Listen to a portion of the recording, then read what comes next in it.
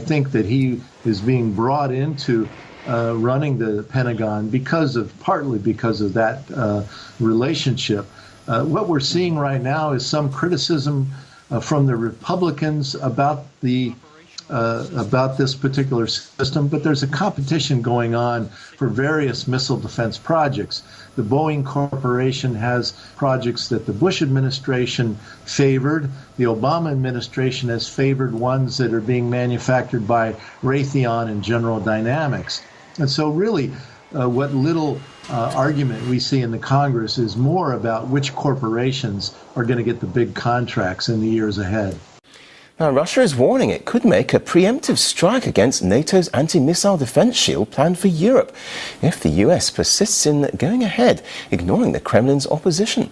Moscow says the system threatens its national security and is detailing its concerns at an international conference in the Russian capital with representatives from over 50 nations.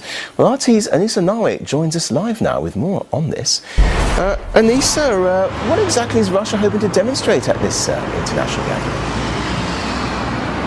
Well, missile defense has been in a deadlock for some time now between the U.S., Russia, and NATO. And basically, Russian officials have already reiterated that sentiment, saying that if that deadlock is not resolved sometime in the near future, of course, they understand how much work needs to be done, that they will have to take responsive measures. Like you said, a preemptive strike.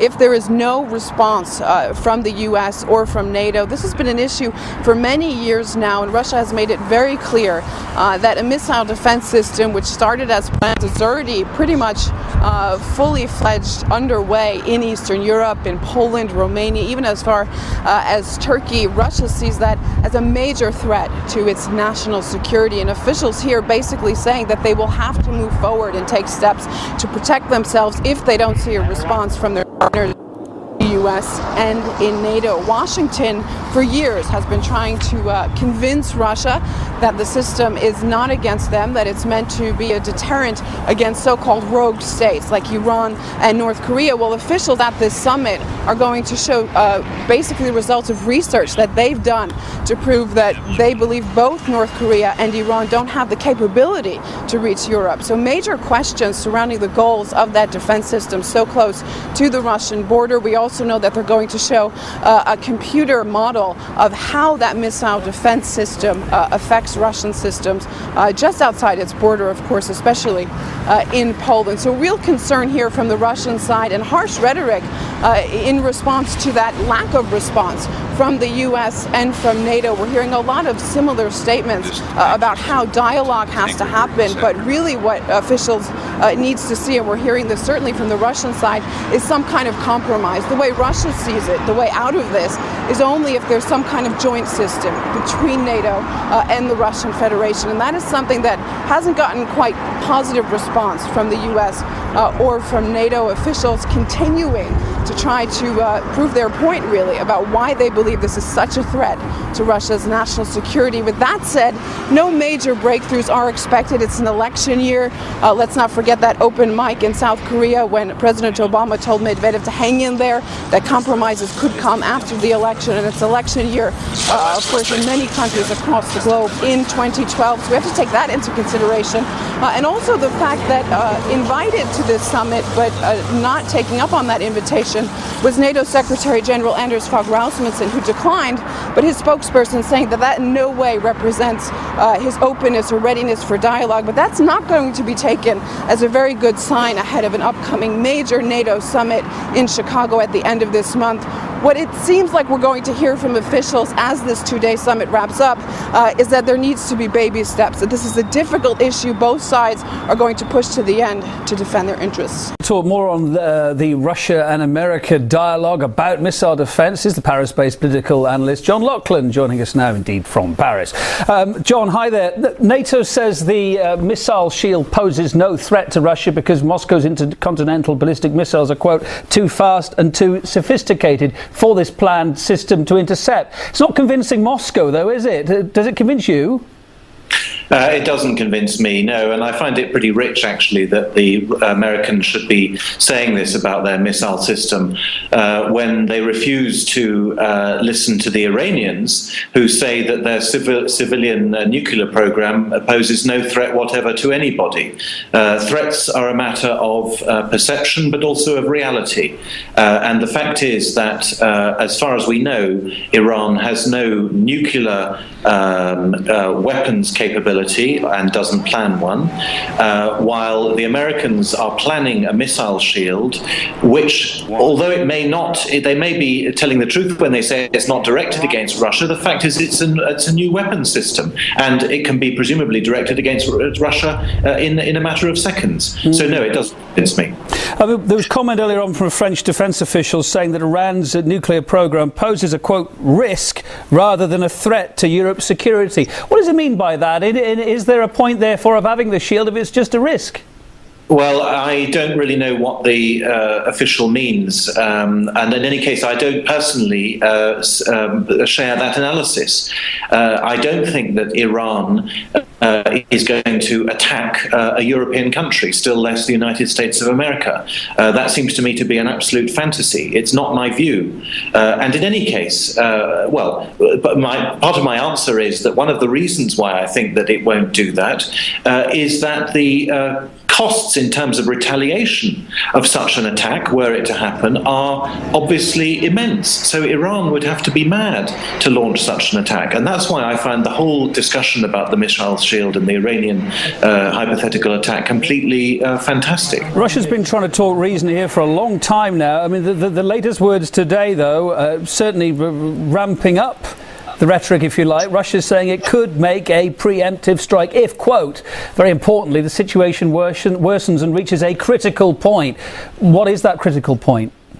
Well, the critical point would be if there was some kind of conflict looming between the United States and Russia, and if there was some prospect of missiles being fired at Europe or across Europe to America. We're obviously a very long way away from that, at least I hope we are. The reason why the Russian minister made this remark, why the Russian defense official made this remark, is to show the logical conclusion of what the Americans are doing. The Americans are planning to install new military hardware on the continent of Europe, a continent which has struggled now for 20 years to rid itself of the inheritance of the Cold War. And the logical military implication of that act is that at some point a strike might have to be contemplated. Will those words from Russia today make any difference? Do you think the US will take Russia's ultimatum seriously, given, of course, that any preemptive strike would be far away, I guess, from American soil? Well, the fact that it's far away from American soil doesn't really make any difference, because it's an American system, and the Americans are trying to obviously extend their influence either through directly or through NATO over the whole of the European continent and on other continents as well. So the fact that any such attack wouldn't actually hit America is of no consequence at all. Would the Americans be bothered by the ultimatum? I think they should be. As I say, I don't think we are looking at a military conflict at any time soon.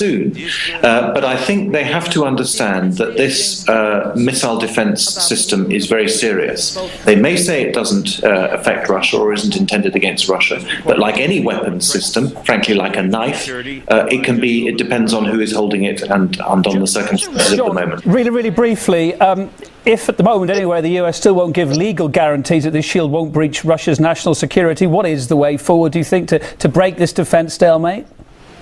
The way forward is either for the Americans to integrate Russia into the unified command of the defense system, of the missile shield, or to abandon it completely. Bruce, the U.S. isn't ruling out giving Moscow legal binding guarantees that its missile defense shield won't be directed against Russia.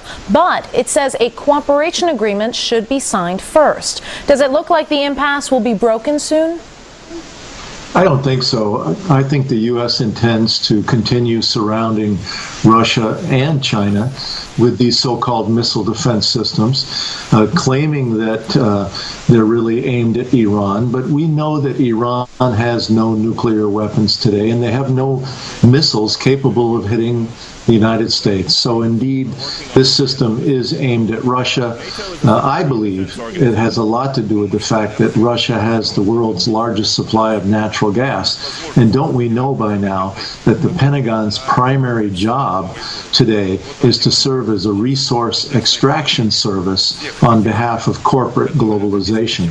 Why do you think Washington is so slow in giving Russia these guarantees?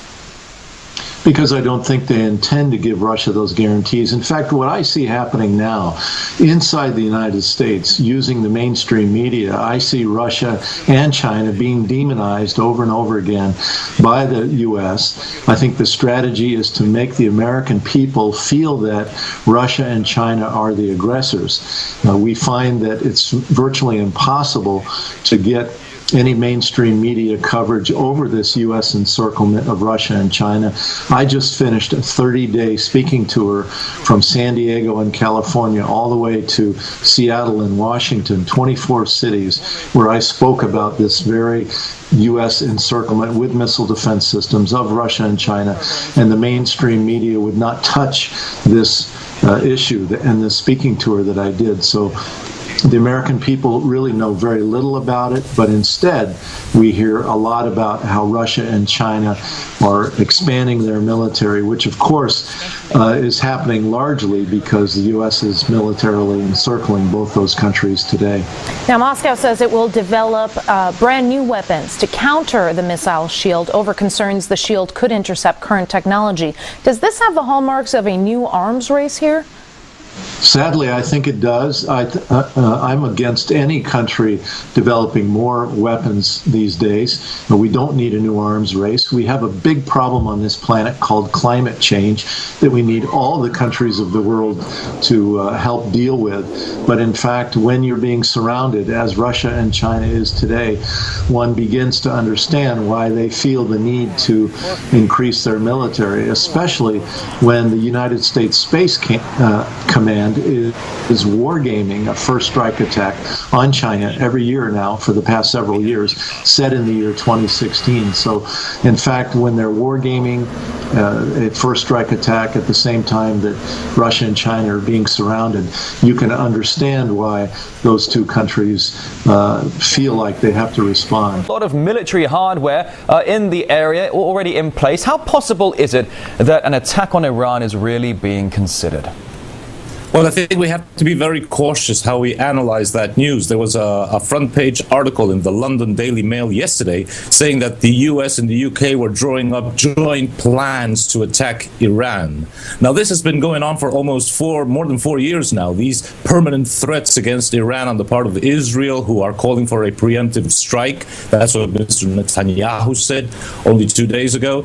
And it all coincides with the debacle of Israeli attack on southern Lebanon in 2006. So I think we have to be very cautious and basically understand that what Iran is the cornerstone of probably what is an ongoing, very tough negotiation to move forward towards a world government where Russia and China are not going to bow in very easily to the Western powers. And Iran is the cornerstone because contrary to Iraq, which was on its own, Saddam Hussein, contrary to Libya and Afghanistan, Iran has definitely a very strong commercial and trade agreement with China, and it has a very strong trade agreement with Russia, and although it's not official, it probably has some sort of military alliance with Russia too. So I think that what we are seeing is we are probably edging closer to what might become a full-fledged war in the region, even a world war where Iran is the cornerstone if it is attacked by Israeli, American, British,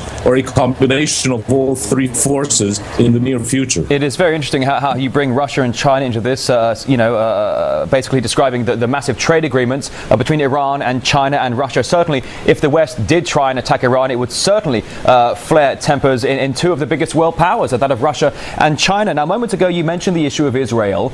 If Israel did unilaterally attack Iran, as we know just a few days ago, it test-fired this new intercontinental missile, do you think America would have to support its closest ally? Would it have to be involved?